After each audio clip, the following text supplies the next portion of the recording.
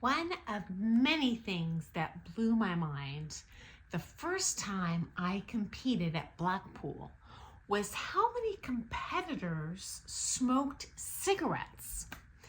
And this is crazy. They even had a designated smoking room where they served alcohol. This was inside where the competitors that smoked would kind of convene and smoke their cigarettes. Now, number one, why were these elite level athletes smoking to begin with? And next, how on earth are they able to perform athletically at their maximum when they have impaired lung function, essentially coal miner's lung, black lung, side effects like heart disease, diabetes? This is crazy to me. And we have friends here on our channel who are far more educated than I am, medical professionals, guys. Please tell me how this is even possible, because when I'm competing, whether it's amateur, open pro, pro-am, I am throwing it down 1,000%. I cannot imagine putting any impediments in my way and being able to keep up, with those elite champ pro level dancers. It blows my mind, okay? My only guess is that they're all young, so maybe there hasn't been enough time for the hardcore effects to take place. Number two, maybe there's an addiction element. I'm sure there's an addiction element where perhaps they wouldn't be able to perform as well if they were out there craving the cigarettes. I'm just guessing, guys. I'm no doctor or nurse, okay? And a couple things stuck out to me, which you might find to be fascinating too. Okay, number one, there were definitely certain nationalities more prone to smoking. Number one, the Italians. Number two, Russians. And number three, I would say people from different Asian countries. Now, I also, full disclosure, did see American competitors, including my own friends, sorry to rat you out, guys, smoking as well on the DL.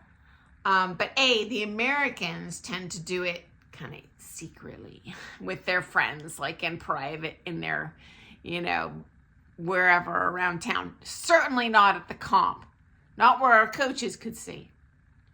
And number two, those American competitors that were smoking were actually not Americans by birth. I have shared in a previous video how the United States has very liberal regulations regarding who can represent our country in dance sport.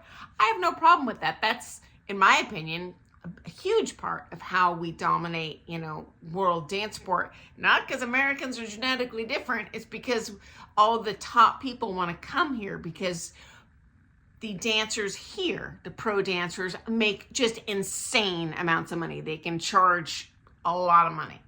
And so also related to that, the United States, because we have a relatively wealthy economy and clientele, we can pay a lot for those events. And those kind of highly trained pros are in high demand. We do not have enough of them. So it is relatively easy to get a work visa here as a professional dancer compared to any other country that I know of. So anyway, these American dancers that would smoke, they were largely of Russian nationality. Okay, and my understanding with the regulations in the United States, you only have to live here, have a residence here 6 months a year. I know competitors that compete for the United States that just rent a small apartment here to meet the kind of regulation requirements. And if they would want an apartment here anyway, because they're teaching, right? And then they actually own a home in their home country. So interesting aside. Anyway, story time for you. When I was first adopted, I was 4 years old, almost 4. So I'm about 4 years old. At that time, I had seen smoking like on TV, and dark ages, guys. We even had smoking vending machines, like you would buy a candy bar today, where you could buy like Camel cigarettes and stuff. It's crazy. You wouldn't see that now. It's not legal. Anyway, so I've never actually seen a person in person smoking a cigarette. And my dad, my adoptive dad who adopted me, smoked cigarettes. I thought this was real interesting as a kid. I'm like, I wonder why he does that. So I walked out to our living room couch where he was sucking down his cigarette. And I'm like, oh, can I try? And shout out, guys, genius dad move. He's like, yeah, sure. So I took it. I'm 4 years old, okay? My lungs are just young and pink and unblemished. And I'm like, what do I do with it? And he's like, just suck in real hard. Okay, guys, you can imagine the chaos that ensued. I sucked in and I'm like, I thought my whole body, the burning, the nausea. I go tearing across the house, make it stop. I go to the bathroom, I'm splashing the water in my mouth. My parents are in hysterics. And you know what? Again, genius move. I never touched a cigarette in my life. Just, oh my Lord, love a duck. And pretty soon after, my dad was like, Jim, we need to stop smoking. We're setting a bad example. Yes, you were. But fortunately, he thought on his feet, okay? Okay, next up.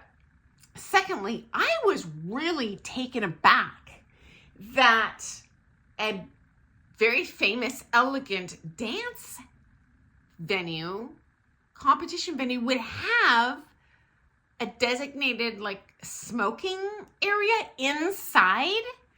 In the United States, even by that time, that's not legal. Now, when I was a kid, they even had smoking in airplanes, which is crazy now. But I was stunned that is even a thing.